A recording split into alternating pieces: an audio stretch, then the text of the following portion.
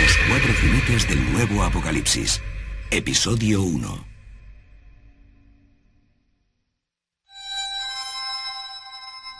No vamos a hablar de conspiraciones.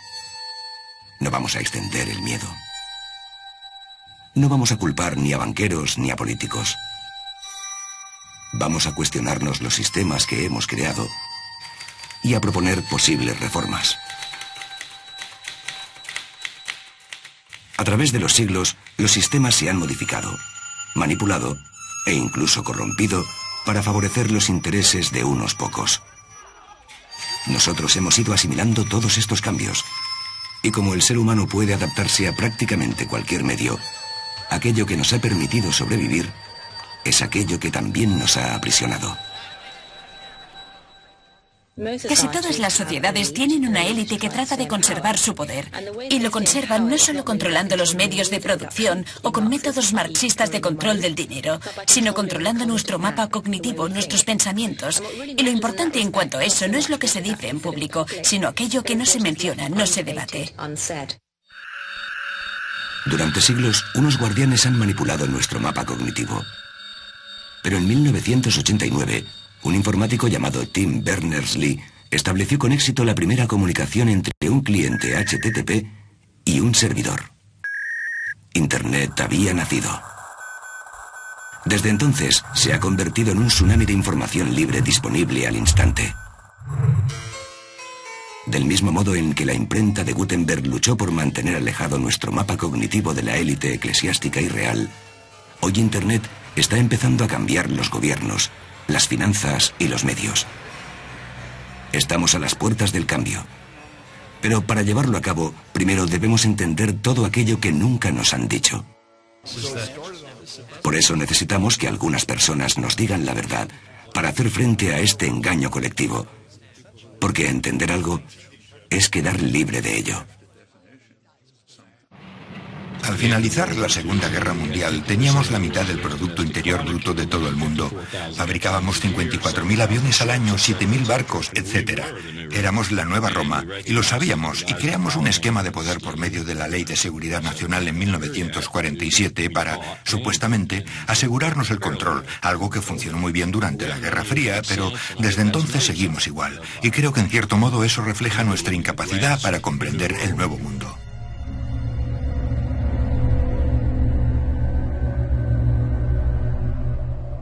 Los imperios no tienen fecha concreta de principio y final, pero tienen un final. Y Occidente aún no ha asumido que su supremacía está en decadencia. Con el fin de todo imperio, y con el pretexto de renovación, aparecen grupos, ejércitos y organismos que a menudo desde dentro dinamitan la estructura de la superpotencia.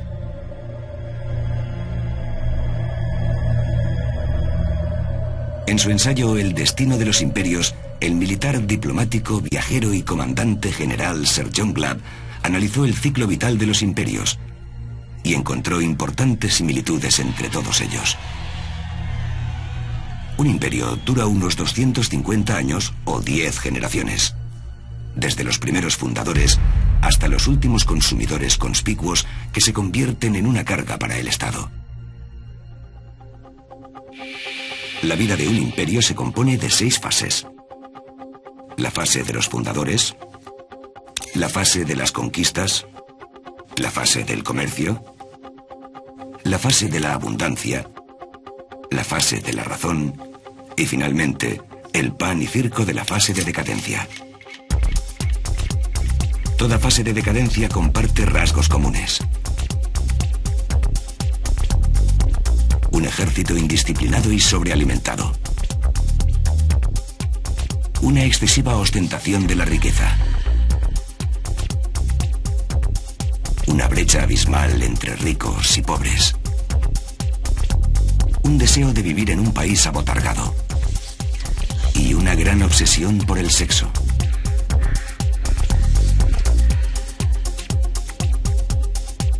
Pero puede que el rasgo más significativo de todos sea la devaluación de la moneda.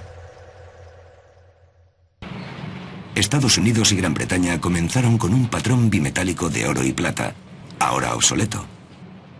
Roma no fue diferente. Sentó unos cimientos muy sólidos con el patrón de plata.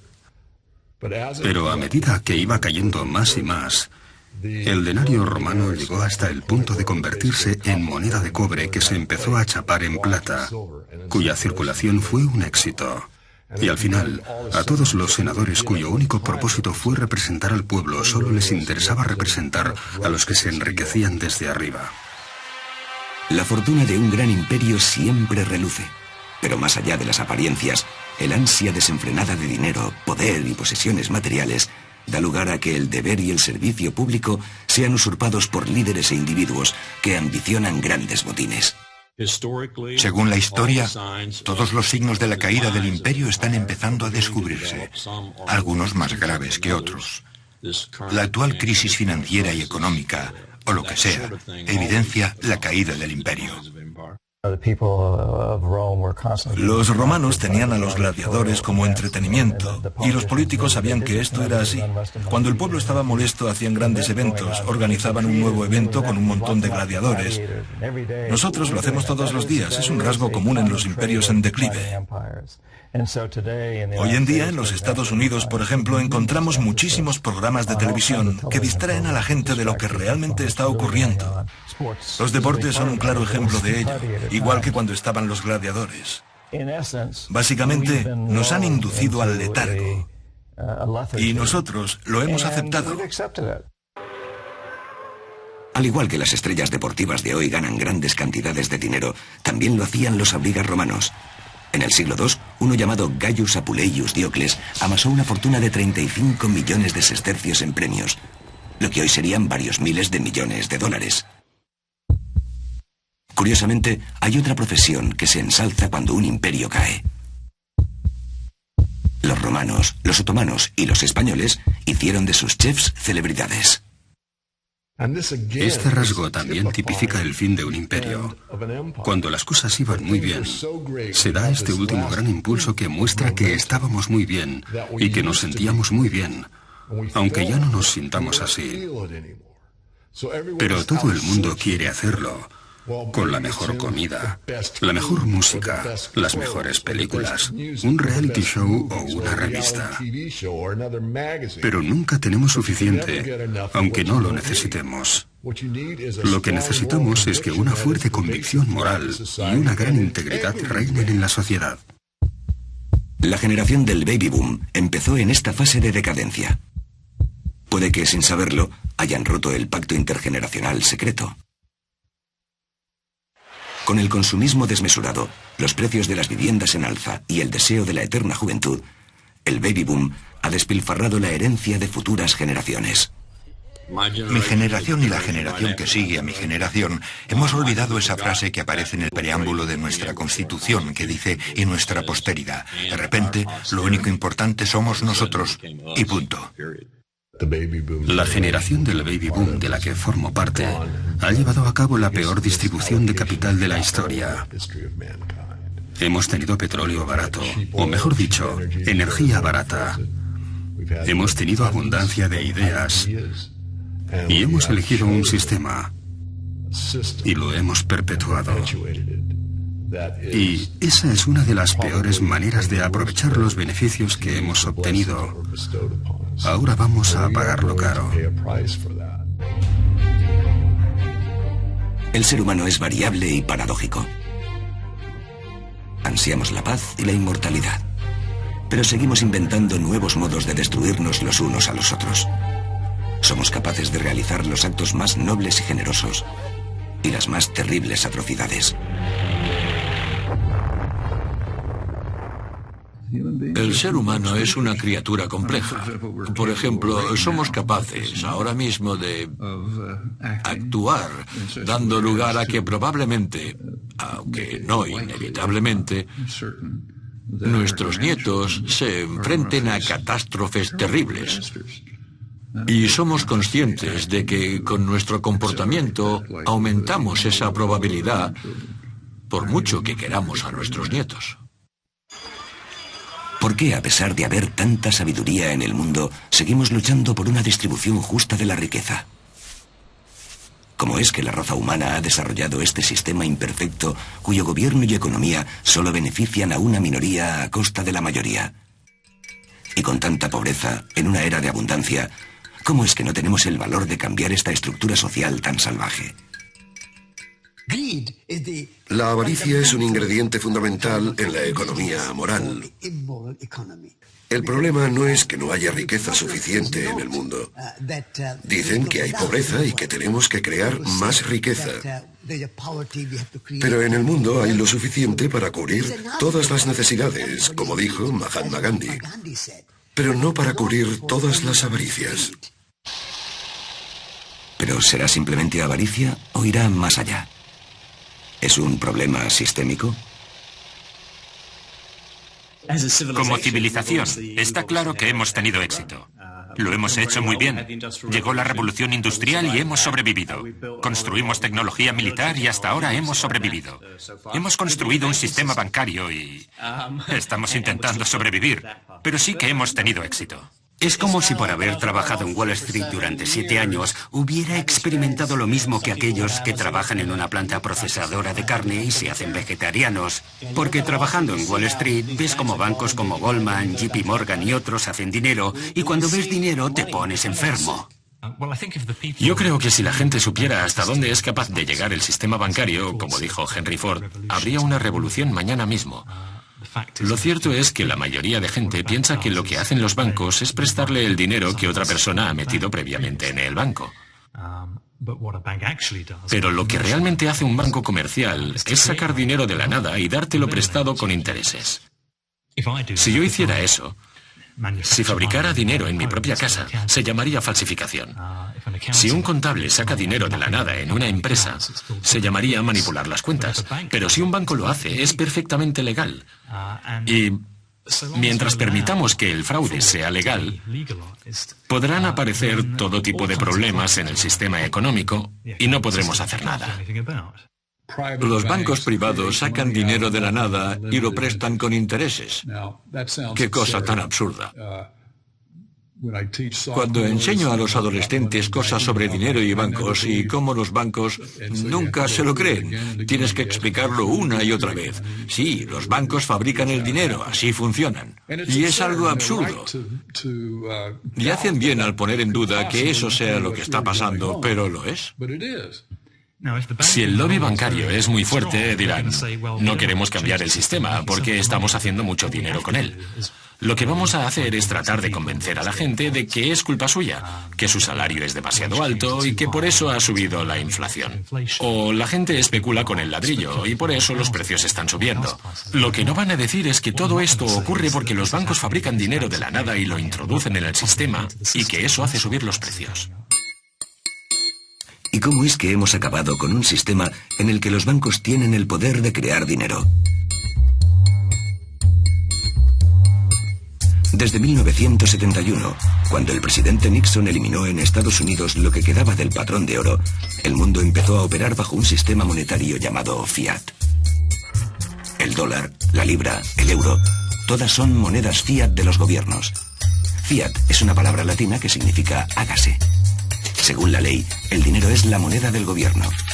De hecho, sin ese respaldo legal y sin el hecho de que debamos pagar impuestos con ese dinero, ese billete de dólar o ese dígito que representa un dólar no tendrían sentido. Solo el gobierno tiene el poder de emitir dinero fiat.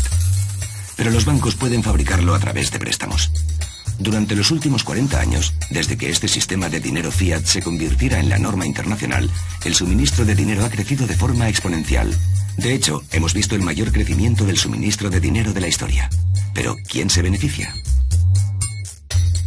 Por supuesto, aquellos que tienen el poder de emitir dinero, los gobiernos y los bancos. Luego están las empresas e individuos que reciben el dinero de primera mano. Pueden gastarlo antes de que suban los precios de lo que quieren comprar y reflejen el nuevo dinero en circulación. En otras palabras, obtienen servicios, productos o bienes baratos. Pero pronto los precios suben, por lo que los propietarios de bienes como casas o acciones verán ganancias sin apenas haber hecho mejoras en la empresa o casa en cuestión. Lo más probable es que esto lleve a burbujas especulativas. Pero ¿qué pasa con los que están al final de la pirámide?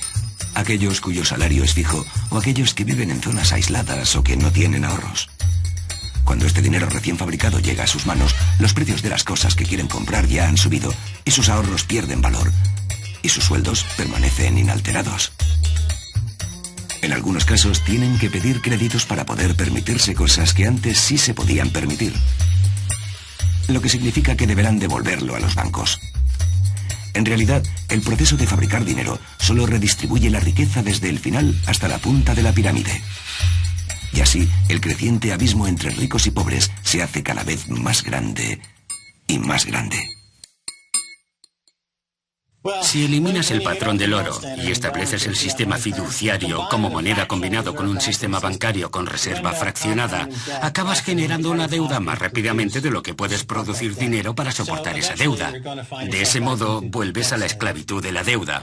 Eso es lo que pasa en Estados Unidos. Por cada dólar de Producto Interior Bruto, por ejemplo, en Estados Unidos se crean 5,5 de deuda. Porque eso es lo que ocurre cuando la economía se da la vuelta y naufraga. Y por supuesto que la solución del gobierno ante estos problemas es básicamente generar más deuda. Una moneda que no funciona nunca es suficiente. Puedes seguir imprimiendo hasta el infinito, pero no puedes imprimir la riqueza y no puedes saldar una deuda adquiriendo más deudas. Si la riqueza se pudiera imprimir, Zimbabue sería el país más grande y próspero del mundo. Sabemos que esto no funciona. De todo el dinero que hay en el mundo, el 97% es deuda. El filósofo francés Voltaire dijo una vez: todo el dinero impreso acaba retomando su valor original. Ninguno. Durante 3 generaciones, el mundo fue testigo de la lucha entre el capitalismo y el comunismo. Pero en 1980, la economía rusa empezó a derrumbarse. La Unión Soviética se rindió y el famoso capitalismo empezó a imperar.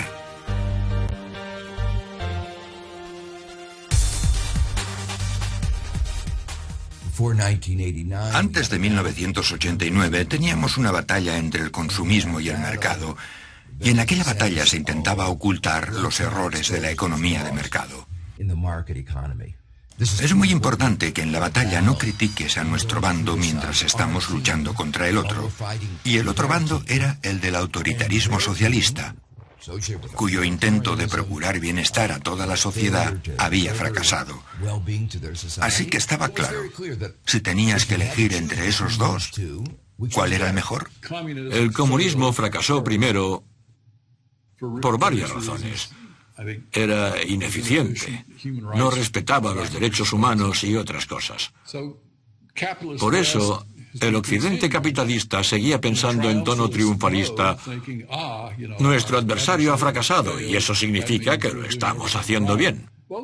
Ambos sistemas intentan hacer algo que es básicamente imposible: crecer eternamente. Y ambos fracasarán. Uno fracasó primero y el capitalismo fracasará después, si no lo está haciendo ya. Ahora mismo, América está en una posición muy interesante porque en los últimos 200 o 300 años de historia es una cultura que ha existido gracias a la certeza de que los recursos pueden ampliarse. Si había un problema, siempre tratabas de arreglarlo con un pastel más grande. Vete al oeste, joven. Haz el pastel más grande para que todos tengamos un trozo más grande. Ahora vivimos en un mundo en el que tal vez los recursos empiecen a estar limitados y tenemos que empezar a dividir el pastel y a hacer daño a otros. Y la gente no está preparada para ello. ¿Por qué el país se ha desviado tanto de las intenciones de sus padres fundadores? ¿Cómo se ha distorsionado tanto el sueño americano? Durante los últimos 30 o 40 años, el capitalismo se ha llevado al extremo. Y todo esto se remonta al economista Milton Friedman, de la Escuela de Chicago, y Ronald Reagan y Margaret Thatcher y otros que extendieron estas prácticas y animaban a la gente a acumular deuda, promoviendo la privatización. Eran pequeños estados, aunque grandes potencias militares. Así que los gastos subían. Con la liberalización, eliminaron toda norma que debían seguir los directivos de las instituciones, sobre todo las grandes empresas. Es como si nos hicieran creer que esas personas que dirigen las grandes empresas no necesitan ninguna regulación, que son una especie de dioses. Milton Friedman, sus protegidos, los Chicago Boys, y su ideología neoclásica fueron un azote para la economía clásica y se convirtieron en los pioneros de lo que hoy llamamos capitalismo. Hay dos principales enfoques económicos que determinan cómo el ser humano controla el mundo y distribuye la riqueza. Son la escuela clásica y neoclásica. La escuela clásica favorece una mínima intervención gubernamental y más autonomía personal, y reconoce que el ser humano no puede seguir adelante sin recursos naturales. La escuela neoclásica, que desprecia los recursos naturales, defiende que el gobierno debe controlar la economía, resolver problemas sociales y dejar que el mercado libre se ocupe de la distribución de la riqueza. La escuela neoclásica surgió hace unos 100 años con ánimo de proteger los bienes personales de unos pocos. Esto significa que los modelos matemáticos neoclásicos están aislados de la realidad. Se basan en lo que debería ser, en vez de en los modelos clásicos que se basan en lo que realmente es. Estos modelos neoclásicos son los que favorecen a las grandes empresas y que se han empleado para legitimar la financiarización de la economía mundial. Liderada por Ronald Reagan y Margaret Thatcher, la economía neoclásica sigue imperando en las políticas actuales.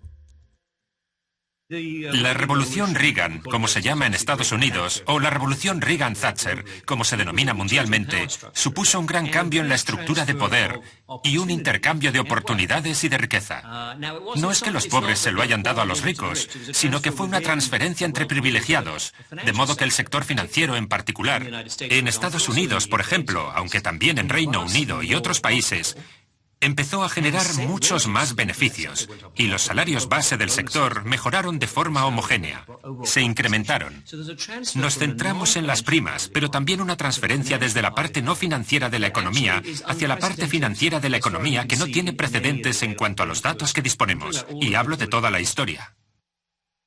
En 1932, tras la gran caída de la bolsa, se creó una pequeña ley para proteger a la sociedad. La ley Glass-Steagall se introdujo para separar la banca comercial de la banca de inversión. 67 años después, en 1999, bajo la influencia del secretario de Hacienda Larry Summers y su predecesor Robert Rubin, el presidente Bill Clinton revocó la ley Glass-Steagall. De nuevo los bancos podían coger el dinero de los ahorradores y especular con él para hacer todo lo que quisieran. Wall Street se ha convertido en una especie de casino. Y por desgracia, no es como los de Las Vegas, que son una forma legítima de entretenimiento. Es un casino que tiene tremendas repercusiones negativas en toda la sociedad. No supone perder tu dinero en noches de desenfreno, sino que el modo en que esas organizaciones pierden su dinero afecta a toda la sociedad y provoca una destrucción masiva de puestos de trabajo. Este derroche de apuestas empujó al sistema financiero internacional muy cerca del colapso. Con balances y obligaciones de deuda mayores que el Producto Interior Bruto de países enteros, los bancos se han hecho demasiado grandes como para fracasar. Occidente no estaba preparado y los banqueros se reunieron con los desorientados gobernantes.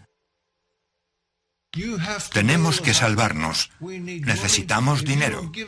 Si no nos dais el dinero, todo se vendrá abajo. ¿Y qué haréis con esas decenas de millones de personas que van a perder todos sus ahorros? Será toda una revolución. Haced aparecer el dinero. Prestadnos el dinero. Sacadlo de la nada y devolvédnoslo para que solucionemos nuestros problemas y no nos vengamos abajo. Porque si no, y esto es lo que Han Paulson dijo en el Congreso de Estados Unidos, acudió un día para decirles, necesitamos 700.000 millones de dólares y los necesitamos ya, de inmediato. ¿Es este sistema que llamamos capitalista realmente capitalista? En un sistema capitalista se supone que el gobierno es pequeño, pero hoy el Estado está más inflado y tiene más influencia que nunca. Individuos y empresas operan en un presunto mercado libre. Las buenas empresas obtienen beneficios y las malas fracasan estrepitosamente. Pero durante la crisis bancaria de 2008, la gente vio cómo el sistema económico occidental se rompía como siempre se les había asegurado que no lo haría.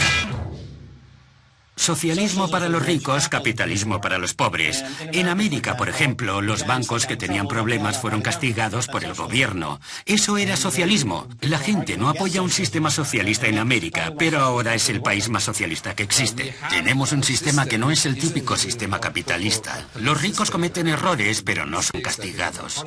Los pobres cometen errores y sí son castigados. O lo que es peor, no cometen ningún error y son obligados a pagar por los errores de los ricos.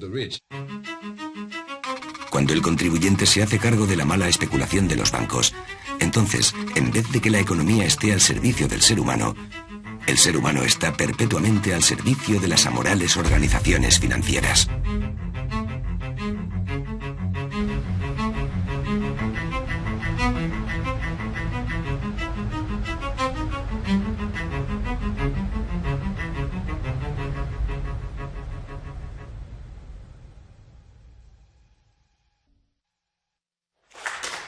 Fue el director del Banco de la Reserva Federal, Alan Greenspan, quien tras el 11 de septiembre reventó los tipos de interés para promover los créditos.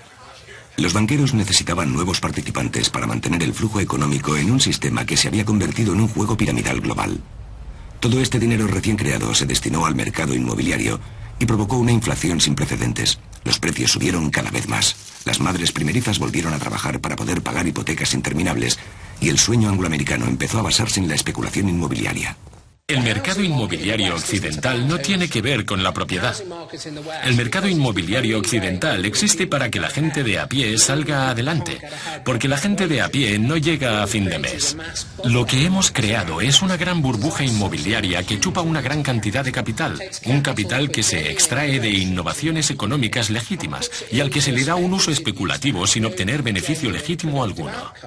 Resulta curioso al hablar con alemanes, por ejemplo, que ellos no vean la relación entre adquirir una propiedad y su inclinación hacia la democracia. Hay mucha gente aquí que vive de alquiler y están muy cómodos así. Pero es cierto que en contextos diferentes el señor Reagan y la señora Thatcher animaron a la gente a comprar casas y eso es parte del problema. Porque si animas a la gente a que compre sin estar preparada, si les haces sacar dudosas hipotecas sin siquiera saber dónde se están metiendo, puedes tener grandes efectos adversos. Eso es lo que llevó, en parte, a la crisis inmobiliaria de alto riesgo en Estados Unidos. No tiene nada que ver con la democracia, solo es una mala idea económica. El avance de alrededor del año 2000 en Estados Unidos se dio cuando los banqueros descubrieron que los pobres eran honrados. Se dieron cuenta de que si eres pobre, si no eres rico, tienes un conjunto de valores diferente y piensas que una deuda es una deuda y que tienes que pagarla. Y la gente intentará pagar las deudas en las que se ha metido, aunque esas deudas no sean legítimas, aunque esas deudas sean más grandes de lo esperado, aunque no las puedan pagar. Las cajas y los bancos, cuando emitían contratos de préstamo con tipos de interés flexibles, ya sabían desde el principio que estos problemas podían surgir más adelante y que la gente no iba a poder pagar las hipotecas. Al subir los tipos de interés, muchas personas se vieron con problemas. Sin comida en el frigorífico, sin poder pagar una educación a sus hijos, sin poder pagarles la universidad. Y esta mala situación está cada vez peor. Los bancos llevaron a cabo un complot delictivo que se cebó con los negros y los hispanos. Los bancos se unieron y respaldaron a la administración de Bush a la hora de flexibilizar las condiciones de crédito a las minorías raciales para así explotarlas económicamente. Eran créditos que concedía uno de los mayores prestamistas de la ciudad y del país, Wells Fargo, y que estaban dirigidos a las comunidades minoritarias de la ciudad. Consiguieron que la gente firmara préstamos que no podía pagar, que eran préstamos de tipo subprime, y por lo tanto eran más caros y menos ventajosos para los prestatarios. Ocultar prácticas de usura mediante la letra pequeña de productos financieros complejos solo podía enriquecer a unos cuantos interesados. Muchas de las comunidades de afroamericanos afincados en la ciudad vivían un buen momento. Experimentaron un gran desarrollo y veíamos grandes signos de vitalidad en estas comunidades. Y el resultado de los embargos de Wells Fargo y de los préstamos subprime de ese prestamista y de otros ha detenido significativamente ese progreso y lo ha anulado. Lo que ha ocurrido en Baltimore es solo un ejemplo de lo que está ocurriendo en todo el mundo. Un modo de definir esta injusticia sería tildarla de racismo. Pero si observamos de cerca, veremos que es algo que está más allá de la raza. El negocio. El sector financiero ha adquirido un gran poder, en parte a través de contribuciones políticas, con intercambios de favores, pero sobre todo, gracias al control ideológico, gracias al convencimiento de que las inversiones son buenas, de que cuanto más se invierta mejor será, y que una inversión descontrolada y sin límites es lo mejor. Y esa es la clave de todo esto, lo que en Estados Unidos llamamos pasillo de poder entre Wall Street y Washington. No es un sistema de democracia sana. El hecho de que una empresa o un grupo de empresas, una industria, diga nuestros intereses son más importantes que los intereses del país. ¿Cómo es posible? Muy fácil. Es gracias al papel del marketing y la publicidad en la estructura política de América. Tenemos una democracia imperfecta. Es una oligarquía avanzada, en el sentido de que su mecanismo de control principal es el de convencer a la gente de que realmente necesita, por ejemplo, los 6 grandes bancos de Estados Unidos, tal y como son hoy en día, con su gran falta de regulación. Si no los tuviéramos, si quisiéramos cambiar la situación, pasarían miles de cosas horribles. Pero esto no es un chantaje. Suena a chantaje. Pero ellos te convencen de que no es un chantaje, sino que el mundo es así y no lo podemos cambiar. Dios mío, tenemos que ayudarles. Muy inteligente. El gobierno central es el más influyente en el sistema bancario comercial. Cuando dices que quieres regular el gobierno central, estás diciendo que el sector financiero y Wall Street deberían autorregularse. Y Wall Street tendrá supremacía ante cualquier jefe de Estado, mientras toleremos esa supremacía de Wall Street ante las autoridades, mientras los inspectores de los bancos provengan de los propios bancos. Pero así dejan de denominarse inspectores. Es desregulación. Y llamarlo regulación en vez de desregulación es recurrir al doble pensar orwelliano. En la democracia es el pueblo el que gobierna. En la plutocracia son los ricos los que gobiernan. En un régimen plutocrático cualquiera, la desigualdad económica es alta. La movilidad social es baja. Y como el pueblo llano está continuamente explotado, es imposible para los trabajadores salir de la pobreza. La lucha por el sufragio universal a principios del siglo XX abolió un sistema en el que los votos de los ricos tenían más valor que los de los pobres. Pero hoy en día las influencias le han puesto un precio a eso y han reducido la estructura política americana hasta convertirla en una institución legal al servicio de los ricos. La maquinaria de Goldman Sachs emplea sus beneficios para comprar influencias en Washington, para legislar de modo que sea más fácil ganar dinero en Wall Street, para después poder comprar más influencias en Washington.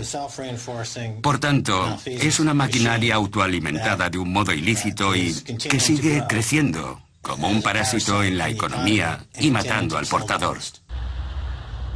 Famoso por hacer el trabajo de Dios, Goldman Sachs es uno de los bancos de inversión más influyentes del mundo. Chicos, no podéis estar aquí. En Goldman Sachs son muy eficientes en lo que hacen. Su trabajo consiste en hacer dinero. Y ellos hacen que ladrones como Willie Sutton parezcan simples aficionados. Son unos grandes ladrones, pero son legales. El sistema los respalda. En los últimos años han estado vendiendo valores de hipotecas que ellos sabían que no tenían valor, pero se los vendían a clientes ignorantes a los que les sacaban un montón de dinero. Mientras tanto, saben que van a fracasar porque saben que sus prácticas son tóxicas. Saben que va a ocurrir debido a los impagos y a muchas otras cosas con la gran aseguradora AIG, que tenía asegurado a Goldman Sachs contra el fracaso de sus prácticas. Durante el colapso del subprime americano, los inversores de Goldman, Michael Swenson y Joyce Birnbaum ganaron $4.000 millones con la venta corta de hipotecas basura. Respaldados por Dan Sparks, se denominaron Big Short y dejaron en la estacada a sus propios clientes. El senador Cal Levin citó al director ejecutivo de Goldman Sachs, Lloyd Blankfein, para que testificara bajo juramento en una sesión extraordinaria. Se ha hablado mucho sobre la supuesta venta corta de Goldman Sachs en el mercado inmobiliario de Estados Unidos. Lo cierto es que durante 2007 y 2008 no hemos experimentado una cantidad significativa de ventas cortas en productos inmobiliarios. No hemos hecho venta corta masiva en el mercado inmobiliario ni tampoco hemos perjudicado a nuestros clientes. En 2007, The Big Short le aportó miles de millones de dólares a Goldman. Y hasta ahora se han lavado las manos tras este atraco masivo. Ahora han vuelto más fuertes que nunca, más ricos que nunca, y con los mayores beneficios de la historia, con grandes primas. Les va genial. Y casi todo lo que han hecho, puede que todo lo que hayan hecho no haya aportado ningún beneficio a la economía. ¿Quién se niega a que la gente con verdadero talento gane una fortuna cuando aportan algo nuevo y valioso al mundo? Cuando ponen en riesgo su propio dinero y lo que hacen beneficia a la población. ¿Y cuántos ciudadanos de a pie han obtenido verdadero beneficio con el plus de un banquero? En el escenario sagrado de la Catedral de San Pablo de Londres, el vicepresidente y portavoz de Goldman Sachs, Lord Griffiths, expresó lo que realmente piensan algunos banqueros.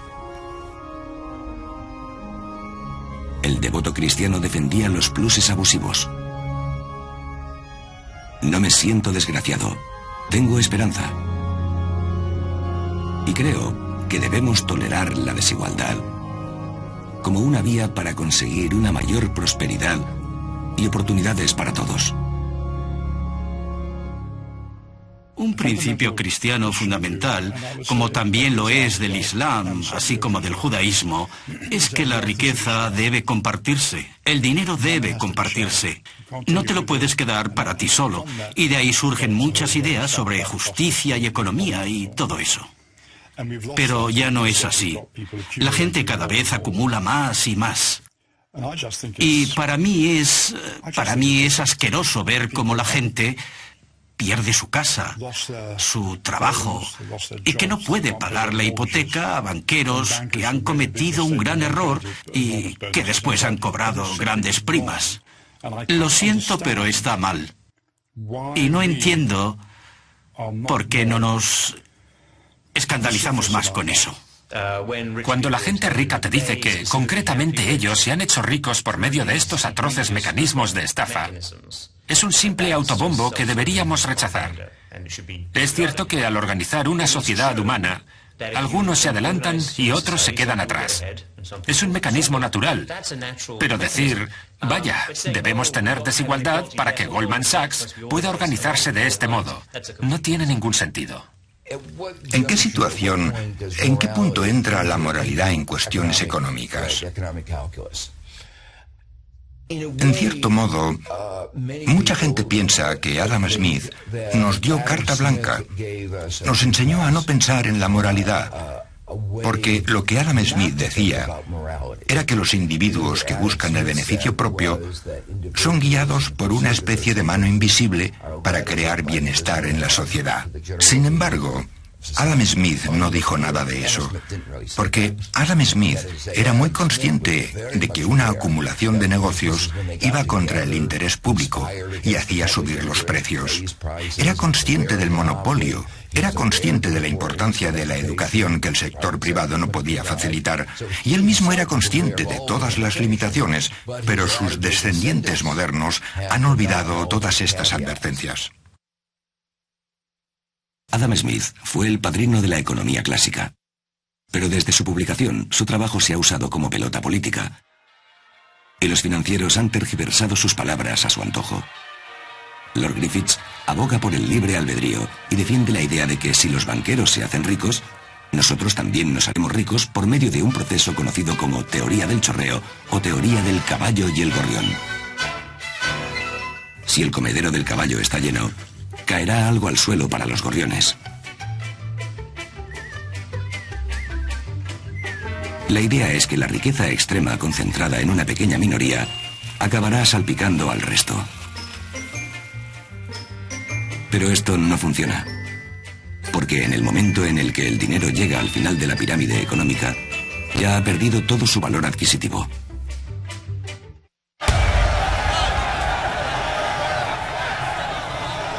Pero la gente no tiene muy claro por qué nuestros líderes políticos han permitido que esto ocurra. Y es normal que se pregunten, ¿por qué? Porque nuestros sistemas políticos están defectuosos. Están defectuosos por la dependencia de los grupos de presión de propaganda electoral. Por eso, mi opinión y la de mucha gente es que debemos reestructurar nuestros sistemas políticos para darle más voz al ciudadano de a pie y menos voz a los grupos financieros y económicos, a aquellos que han ejecutado nuestro código tributario y nuestras leyes, etc.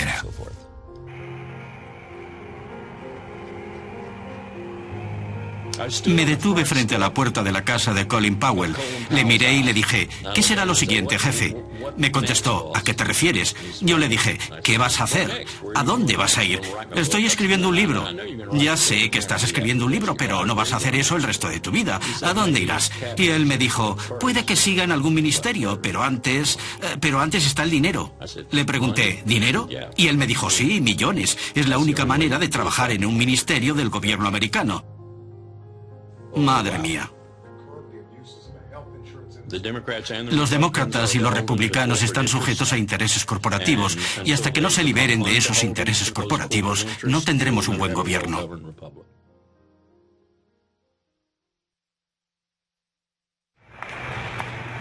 La injusticia inherente de nuestro sistema monetario, bancario y político no solo ha tenido consecuencias en el país, sino a escala internacional.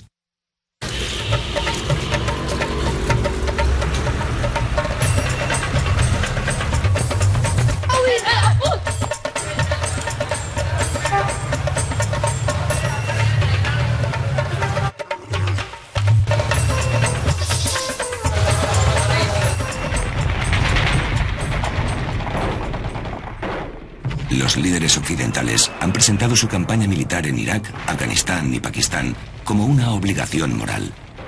¿Pero hay otros motivos? El primer beneficiario financiero de la política exterior de América es el ejército. En concreto, aquellos que suministran armas y equipamiento. El ejército ha ganado guerras, pero ¿cuánto éxito ha tenido en su afán por erradicar el terrorismo?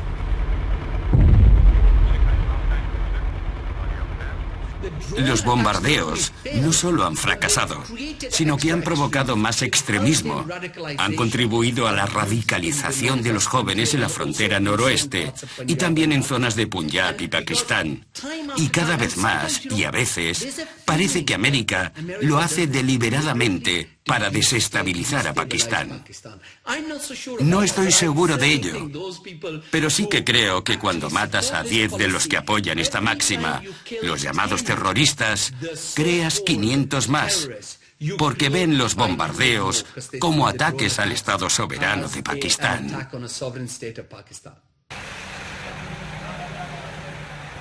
Después del ejército, los siguientes beneficiarios económicos son aquellos que obtienen las licencias de reconstrucción. En Occidente la gente incluso se alegra cuando oye que Estados Unidos está generando decenas de miles de millones de dólares nuevos, construyendo en países en vías de desarrollo. Pero muchas veces no parece conseguir lo que anuncia. ¿Hay otros motivos para ayudar a estos países? Nosotros, los sicarios económicos, hemos levantado el primer imperio mundial de la historia y lo hemos hecho sin ningún ejército. Trabajamos de diferentes maneras, pero puede que la más común sea invadir países del tercer mundo que tienen recursos codiciados por nuestras empresas, como el petróleo, y ofrecer un enorme préstamo a ese país por parte del Banco Mundial o alguna de sus filiales. Sin embargo, el dinero nunca llega a ese país, sino que va a esas empresas para construir infraestructuras allí. Centrales eléctricas, autovías, polígonos industriales y cosas que benefician a las pocas familias ricas de ese país, además de a nuestras empresas, pero que no ayudan a la mayoría de la gente en absoluto. Son demasiado pobres para pagar electricidad o conducir coches por la autovía, y no están formados como para trabajar en los polígonos industriales, pero tienen una deuda inmensa. Infraestructuras que han supuesto grandes préstamos del Banco Mundial y del FMI y que han sido creadas por los países occidentales. Todo se ha hecho para beneficiar a la élite y al sistema feudal, pero no para beneficiar al pueblo.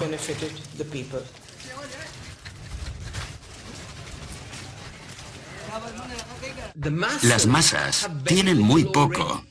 Así que los terratenientes que tienen la infraestructura y que ganan dinero con esa infraestructura que hacen en las carreteras, ellos sí que ganarán.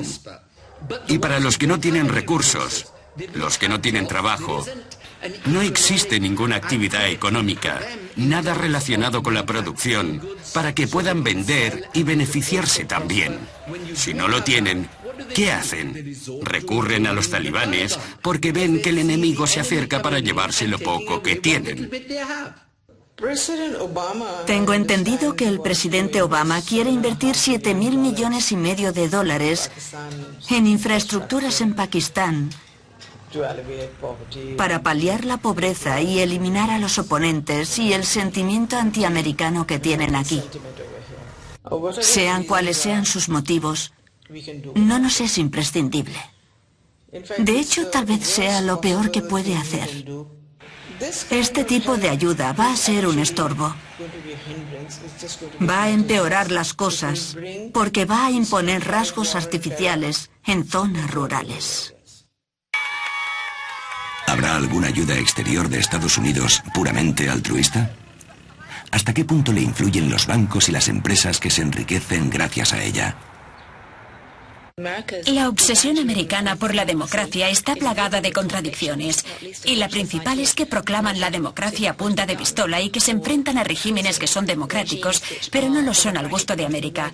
Así que esta idea de que América ha promovido el capitalismo liberal también está plagada de contradicciones, porque lo cierto es que las empresas americanas, en concreto las financieras, tienden a ganar más dinero cuando los países están al borde del cambio. Y en parte, quieren mercados que estén cambiando estructuralmente, pero que no sean demasiado libres o demasiado transparentes, ya que ganan dinero cuando los mercados son más bien opacos. Unos pocos están ganando mucho dinero, sin siquiera tener que enfrentarse o ser conscientes de las consecuencias de sus acciones.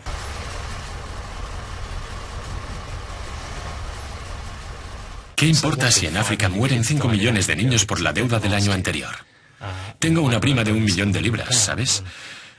Si mantengo esta conversación, y ya la he mantenido con algunos banqueros que llevan muchos años en el negocio, escuchan atentamente y con mucha educación, con mucho respeto, y al final dicen: Tarek, me ha encantado volver a verte, y vuelven a su oficina para firmar otro crédito en Tanzania o algo así. Yo he conocido a muchos terroristas, entre comillas. Los he conocido y los he entrevistado en libros desde que era sicario económico y no he conocido a ninguno que quisiera ser terrorista. Todos querían estar con su familia en la granja. Se ven abocados al terrorismo porque pierden la granja, porque se la inundan con agua para hacer una hidroeléctrica o con petróleo, con grúas perforadoras. Les han destrozado la granja. No pueden dar una vida a sus hijos. O en el caso de los piratas somalíes, les han quitado las aguas para pescar. Por eso son así, no porque quieran ser piratas o terroristas. Habrá unos cuantos locos, porque hay algunos locos a los que les falta un tornillo. Hay asesinos en serie y hay locos, y puede que Osama Bin Laden sea uno de ellos. Pero no consiguen seguidores hasta que ocurre una injusticia. Cuando se mueren de hambre o les quitan algo, es cuando siguen a estos locos, porque parece que les ofrecen una alternativa. ¿Qué significa realmente la palabra terrorista? Muchos terroristas se describen a sí mismos como soldados de la libertad.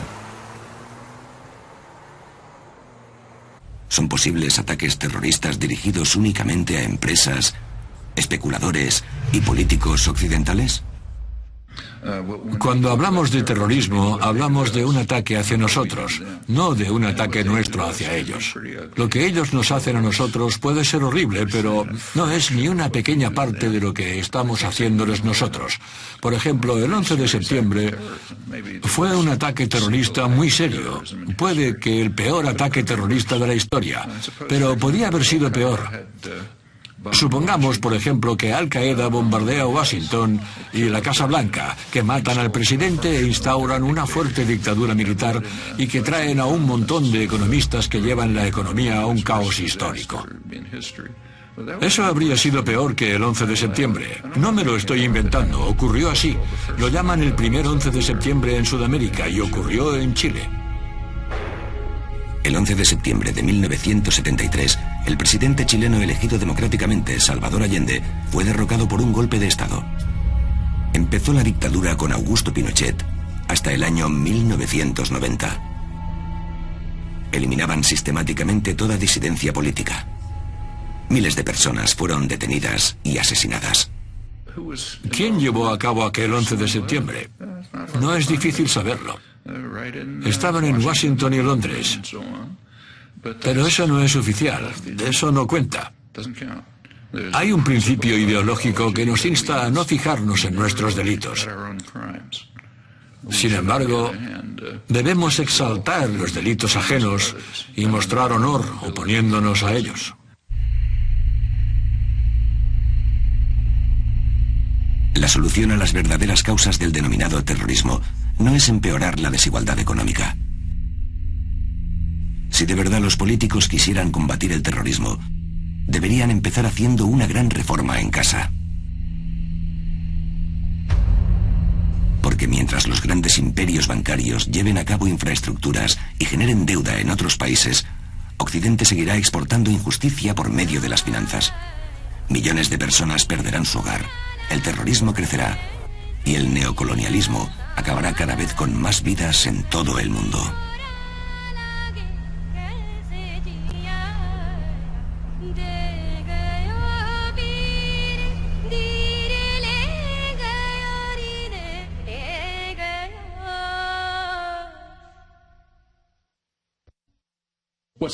Lo que ha ocurrido es que hemos pasado de un mundo vacío a un mundo relativamente lleno. Que antes estaba vacío de nosotros y de nuestras cosas y ahora está lleno de nosotros y nuestras cosas. Desde que yo nací, la población mundial se ha triplicado. Y la población de otras cosas, coches, casas, barcos, todas estas cosas han supuesto una carga para el medio ambiente, al igual que los seres humanos. Pero se han multiplicado mucho más. Así que el mundo está lleno de lo que podríamos llamar riqueza artificial. Y cada vez está más vacío de lo que antes sí había, lo que llamamos riqueza natural. Somos la primera generación que habita un mundo rico y desarrollado, los que hemos visto el final de los beneficios del crecimiento económico. Durante siglos, la mejor manera de mejorar la calidad de vida del ser humano ha sido aumentar las posesiones materiales.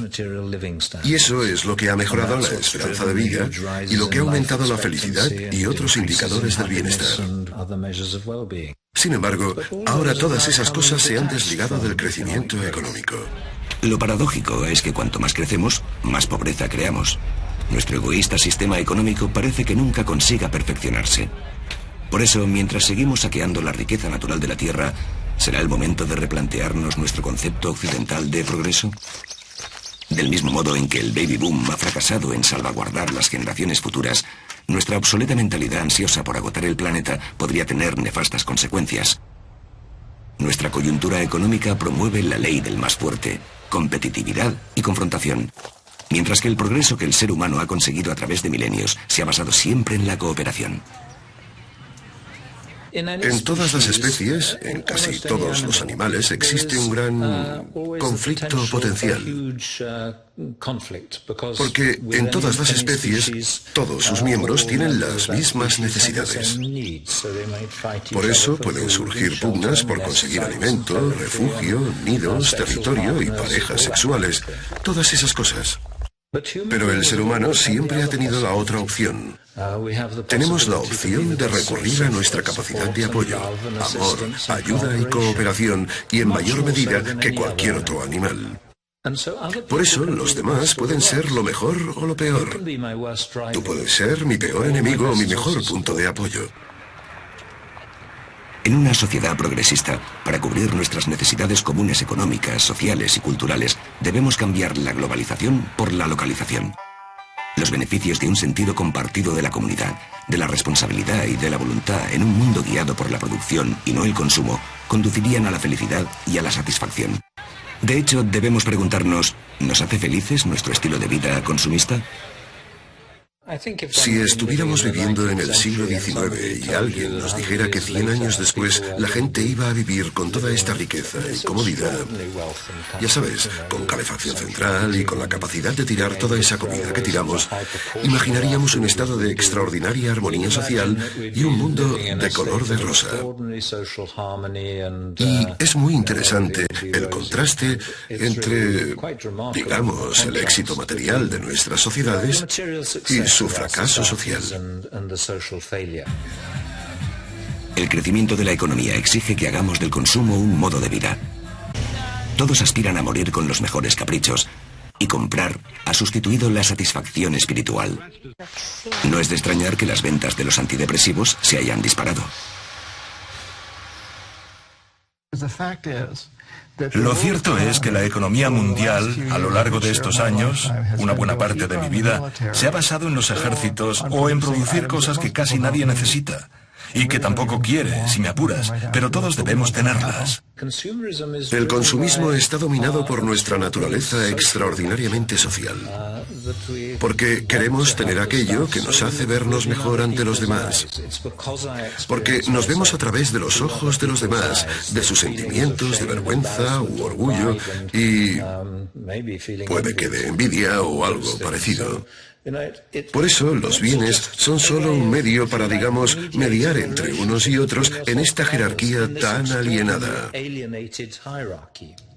Las verdaderas víctimas han sido las relaciones humanas, la vida en familia, cosas que nos importan de verdad. Al fin y al cabo, lo único que hace feliz al ser humano no es el dinero. Y está muy claro que, pasado cierto nivel de riqueza, los beneficios son escasos. Lo que realmente nos da la felicidad es la gente. Pero eso está perdiendo valor durante los últimos 30 años. Confiamos menos en los demás. Tenemos menos interacción con los demás. Nos unimos menos, nos casamos menos y el matrimonio peligra más que nunca. Y todas las asociaciones que representan un afecto humano permanente e incondicional están debilitadas. Y esta es la verdadera herencia de los últimos 30 años. Y en cierto modo tenemos que reponernos y volver a humanizar nuestras vidas. De lo contrario, no solo seremos desagradables, salvajes y toscos, sino que nos quedaremos solos. Para encontrar un propósito en la vida, tienes que ser tú mismo.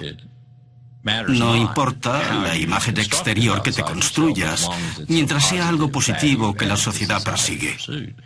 Pero tiene que ser tu imagen exterior y no la interior, porque si miras dentro de ti, mirarás al abismo, como decía Nietzsche, y acabarás cayendo en él.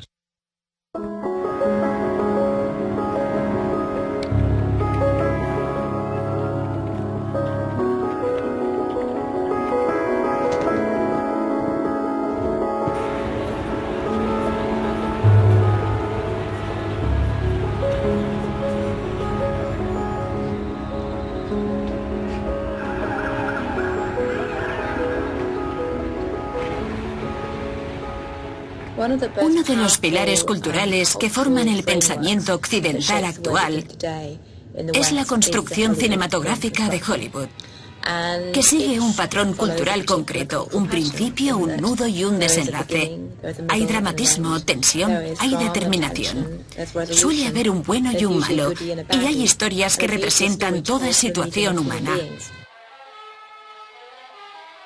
Esta hollywoodización del modo en el que la gente se comunica y el modo en el que cuentan historias sobre ellos mismos y cómo perciben la historia ha tenido un gran impacto en nuestra percepción de la crisis financiera. Y en ella la gente ve un principio, un nudo y un desenlace. Y ven el desastre de Lehman Brothers y esperan, digamos, un desenlace. Y quieren que haya malos. Quieren víctimas también. Por eso se obsesionan con ciertas personas, a pesar de que no solo fueron una o dos personas las que estuvieron en la raíz del problema, sino que fue algo sistemático y de que casi todos los participantes fueron en cierto modo culpables, bien por clara negligencia, por no haber hecho las preguntas pertinentes o por no haberse preguntado por qué el dinero ha sido tan barato durante tantos años. La idea de que fue un error sistemático es algo que le resulta muy difícil de entender a la gente y aún más difícil todavía verla como una buena historia. Puede que tengamos ese sentimiento de impotencia porque no llegamos a entender cuál es el verdadero problema. Quitar unas cuantas manzanas podridas no rectificará los errores de fondo del sistema económico occidental. Un sistema que debería estar protegiendo a la gente y que sin embargo es lo que empuja a nuestros 4 jinetes a trotar por venganza. Los 4 jinetes de la actualidad. Un sistema financiero voraz. Violencia organizada en auge. Millones de personas viviendo en la miseria y el agotamiento de los recursos naturales. Se llevan por delante a los más necesitados. Galopan sin cesar porque el mapa cognitivo que nos han creado nuestros colegios, universidades y medios de comunicación no nos animan a cuestionar las normas establecidas. Lo que sí hay es apatía. En parte pienso que somos sociedades deprimidas. Estamos acostumbrados a pensar que no podemos hacer nada, que no hay alternativa, que nunca vamos a solucionar todos esos problemas y que vivimos en una sociedad sin ética y ya está. Creo que lo que debemos sacar de todo esto es el reconocimiento de que podemos solucionar muchos de esos problemas haciendo que nuestras sociedades sean más igualitarias, reduciendo las diferencias económicas, porque eso también contribuiría con el medio ambiente. Podemos crear una sociedad que sea cualitativamente mejor para todos. Esta apatía está articulada de tal forma que no se comenta en los medios de comunicación. Sorprendentemente, los medios están dominados por los intereses inmobiliarios y financieros, y no van a explicarle a la gente la relación entre el sector financiero, el asegurador y el inmobiliario. Hay mucha desinformación. Se eluden responsabilidades y se niegan las causas reales. Todas son estrategias comunes. De hecho, hasta en la educación se puede ver que algunos bancos han construido universidades, las han fundado. Fundan centros de estudios, dirigen fundaciones educativas y periódicos. Todo esto está desarrollándose como un ejercicio propagandístico para que la gente no sepa cuál es el verdadero problema. No deberíamos asumir, si no tenemos formación en economía o derecho, que estos temas son demasiado complejos para nosotros. No son en absoluto complejos, son muy simples. Todo es poder. Y también es democracia. Todo el mundo lo puede entender igual que yo. Una de las causas de esta desinformación es la escuela neoclásica de economía. Estos economistas y académicos implantaron sus teorías con éxito, como si fueran una Biblia. Pero del mismo modo en que la imprenta de Gutenberg fue la revolución en el siglo XVI, hoy vivimos los albores de la era de Internet, que acabará con el velo de ignorancia que han corrido los académicos y los guardianes de los medios de comunicación. La educación puede ser una forma de control mental masivo, y sorprende que actualmente la economía neoclásica se siga estudiando en todas las universidades de la Ivy League. Yo recibo cartas de estudiantes de departamentos de economía de otras universidades. Están estudiando sus carreras, pero me dicen, he leído tal y tal artículo tuyo y eso es lo que me interesa de verdad. Estoy estancado en esta universidad en la que no he podido hablar de eso con nadie. ¿Qué me aconsejas? ¿Qué debo hacer? Es que muchas veces vas a tener que oponerte a lo que te enseñan. Algunas enseñanzas son útiles. Sigue aprendiendo. Y también debes seguir aprendiendo para conocer a tu enemigo. Un individuo puede que no sea capaz de cambiar el sistema, pero puede cambiar él mismo. Si no tenemos acceso a una buena formación, tendremos que llevar a cabo la nuestra. Y un buen comienzo puede ser volver a estudiar a los economistas clásicos, además de algo que pocos se cuestionan, pero que nos afecta a todos: nuestro sistema monetario. Si el sistema monetario mundial no se reforma, entonces estaremos abocados al fin de la civilización industrial. No diré que la humanidad va a acabarse, pero sí que nuestro mundo, tal y como lo conocemos, va a estallar, porque no puede funcionar con dinero fiat. Y ninguno de los responsables quiere admitirlo, pero es así. El dinero fiat es una ley artificial de la cual se ha abusado. ¿Hay alguna forma monetaria que no haya sido impuesta por el hombre? Al comparar la ley natural y el oro, yo describiría el oro como una forma natural de dinero. Todo el oro que ha sido extraído a lo largo de la historia sigue existiendo y está por encima de cualquier valor. Si juntáramos todo ese oro, ocuparía la superficie de 2 piscinas olímpicas y media. La clave está en que este oro se revaloriza en un 1,75% al año, lo que es similar al crecimiento de la población del Nuevo Mundo y también es parecido al crecimiento de nueva riqueza. El resultado de todo esto es que la adquisición de oro tiene una gran fiabilidad a largo plazo, debido a que la ley de la oferta y la demanda está muy equilibrada. Para conseguir la libertad, el ser humano tiene que asegurar su dinero, y el oro es el único modo de conseguirlo, porque solo el oro está exento del control de los políticos. Con los procesos monetarios artificiales modernos, ha surgido un exceso de deuda crónico en todos los estratos de la sociedad. Hoy la deuda se considera normal, pero no lo es. Es una forma de esclavitud. Pero ¿cuántos cuestionamos nuestra deuda? ¿Qué deberíamos hacer con ella? El ejemplo más claro y actual de cancelación de deuda fue el milagro económico alemán de 1947. Los aliados cancelaron todas las deudas nacionales e internacionales alemanas, exceptuando las deudas que los patrones debían a los empleados en las últimas semanas y una cantidad mínima que todo el mundo pudiese tener en el banco para comprar comida durante unas semanas. Todos acataríamos las 5 o 6 páginas que componían la reforma financiera de 1947 en Alemania. Sería borrón y cuenta nueva. Eso significa que todo el mundo tendría su propiedad libre de deuda. El problema era que te quitaban los ahorros para contrarrestar la deuda. Eso no sería nada malo si nos diéramos cuenta de que los ricos americanos, que forman el 1% de la población, ha amasado una gran fortuna con sus propias manos, más de lo que dicen las estadísticas en la historia. Nuestro sistema tributario también necesita una reforma. Actualmente grabamos por lo que producimos. Tal vez sería más progresivo grabar por lo que consumimos. ¿Cuántos americanos se dan cuenta de que los padres fundadores nunca quisieron que los americanos pagaran impuestos por trabajar? Dicho de otro modo, se suponía que no tenían que pagar impuestos sobre la renta. El sistema tributario que fue importado de Gran Bretaña como vestigio del colonialismo ha invadido el mundo. El elemento más importante de todo sistema tributario es hacer lo que todos esperaban que se hiciera en el siglo XIX. Basar el sistema tributario en los impuestos a la propiedad, en la barra libre del valor de la propiedad y en lo que John Stuart Mill llamaba rendimientos decrecientes, el beneficio que los propietarios sacaban mientras dormían, como él decía. ¿Quién hizo el petróleo que hay bajo tierra? Y el carbón, y el hierro. Son cosas que no son producto del esfuerzo humano. Claro que extraerlos sí lo es, pero no es su existencia. Por eso los beneficios que dan los recursos naturales son una gran fuente de impuestos.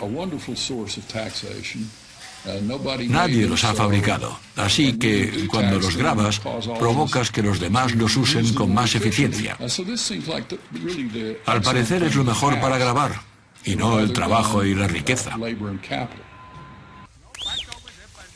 Este sistema tributario, respaldado por todos los economistas clásicos, podría empezar a solucionar la pobreza del mundo al tiempo que permitiría a los ciudadanos de países en desarrollo mantener la riqueza de sus recursos. En los países desarrollados podría solucionar nuestra crisis del ladrillo y nuestra deuda, además de facilitar un modelo de negocio necesario para nuestra economía. Tal vez deberíamos también rescatar otro principio atemporal para los trabajadores, que fue promovido durante la Revolución Industrial. La idea de que la gente que trabaja un terreno debería poseerlo está muy arraigada en la cultura de la clase trabajadora. Por eso, aquí, en la temprana revolución industrial de finales del siglo XIX, los trabajadores daban por hecho que sí, que deberían ser propietarios de las fábricas en las que trabajaban. Y cualquier otra cosa sería un ataque a los derechos humanos como ciudadanos libres. También daban por hecho que el trabajo retribuido no distaba mucho de la esclavitud. Solo se diferenciaba en que era temporal. Luego podía ser libre. Y una de las formas de ser libre era ser propietario de tu terreno. No era un punto de vista muy raro, era el punto de vista de Abraham Lincoln. De hecho, era uno de los principios del Partido Republicano a finales del siglo XIX. Ha costado muchísimo sacar esas ideas de la cabeza de la gente, pero siguen estando ahí, siguen siendo importantes. Fue el filósofo griego Platón quien propuso que ningún trabajador debía cobrar 6 veces más que otro en ninguna organización. En 1923, el banquero JP Morgan fijó el máximo en 20 veces más. Hoy la diferencia salarial entre trabajadores de multinacionales puede ser de 500 a 1000. Cuando en la escala de la desigualdad tú eres el que cobra 500 veces más, los ricos y los pobres se convierten en especies diferentes y dejan de ser miembros de la misma comunidad. Ya no se comparten los mismos intereses, por lo que es difícil establecer una comunidad y mantener relaciones de amistad entre clases cuya diferencia es tan grande. Cuando la gente muestra indignación ante la apropiación indebida, la defensa más común es la de promover el debate psicológico y citar al voluble economista británico Herbert Spencer. Él acuñó la expresión supervivencia del más fuerte, y sus palabras se emplean para justificar los excesos. La competencia en los negocios es algo positivo, pero el campo de juego tiene que ser llano. Los monopolistas tienen demasiado porque el sistema en el que juegan está amañado. Bajo la actual coyuntura económica, la fortaleza de la gran mayoría de la población mundial es irrelevante. Los que están destinados a pagar esta crisis no son quienes la causaron. Pero aquellos que la causaron, por propia supervivencia, no dudarán en tachar este programa como socialista o incluso comunista. Soy capitalista, soy un hombre de negocios, creo en los principios básicos y por eso me quedo paralizado al ver esos principios destrozados por los monarcas, monopolistas, que han destrozado totalmente el sistema desde dentro en Wall Street y es algo totalmente inaceptable. Yo soy capitalista, creo en el capitalismo. No se trata de deshacerse del capitalismo, se trata de deshacerse de esta forma horrible de capitalismo.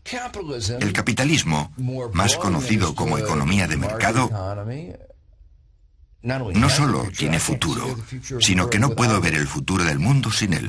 La cuestión es, ¿qué tipo de capitalismo? ¿Qué tipo de economía de mercado?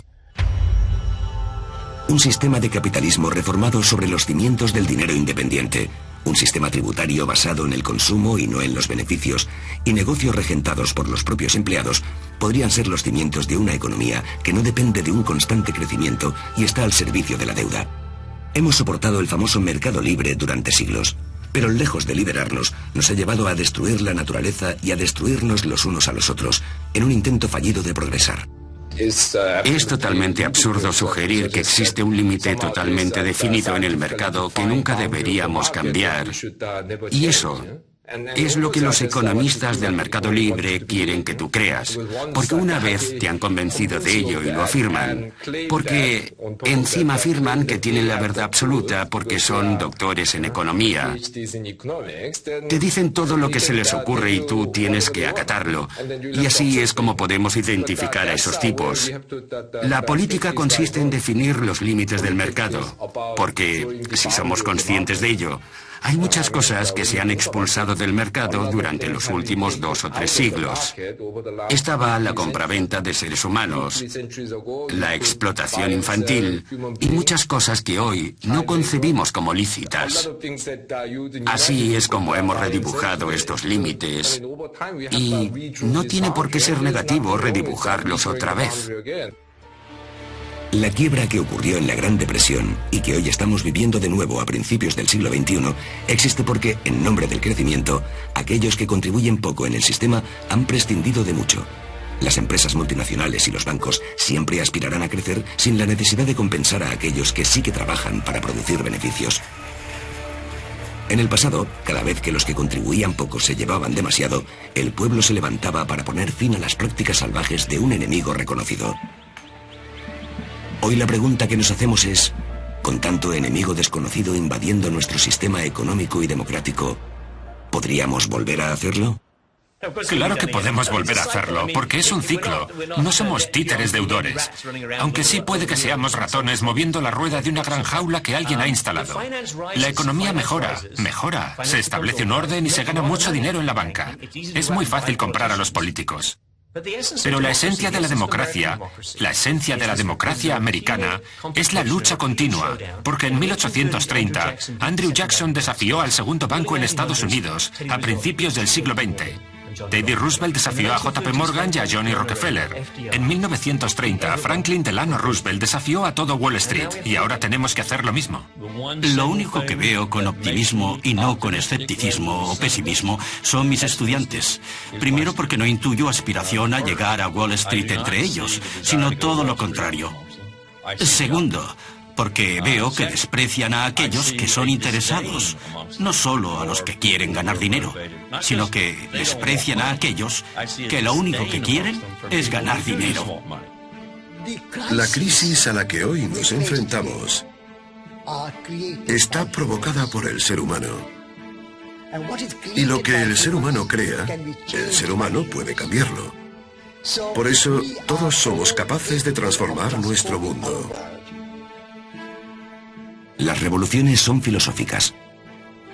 Organizarnos para evitar que los culpables traten de ocultar el verdadero problema significa que una revolución pacífica contra las organizaciones salvajes y los líderes sin escrúpulos que han destrozado la economía es posible.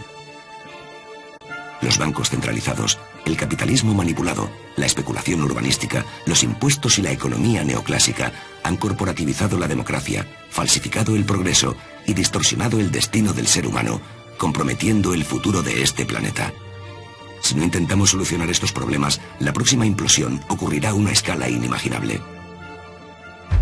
A pesar de la propaganda, a principios del siglo XXI, los bancos centrales liberalizaron el flujo monetario, dando pie a la revalorización urbanística, lo que provocó una burbuja insostenible en un mundo en el que el sistema tributario está amañado para afianzar la supremacía de la élite. La economía neoclásica ha arruinado la vida de miles de millones de ciudadanos de a pie, los ha abocado al conflicto intergeneracional y ha creado un sufrimiento masivo sin límites. Los seres humanos se revolucionan en masa, pero crean conciencia lentamente y por separado. La historia está plagada de ejemplos de personas que se soltaron del yugo de la opresión para adoptar un cambio radical y acabar instaurando líderes populares que mantienen el status quo. Entender algo es quedar libre de ello. La dedicación a una gran causa, el sentido de la responsabilidad y la adquisición de conocimientos son la esencia del ser humano. El verdadero enemigo del capitalismo salvaje y gran aliado de la humanidad es el individuo que está formado y que ha leído y entendido, que sabe decir no y que camina con los ojos bien abiertos.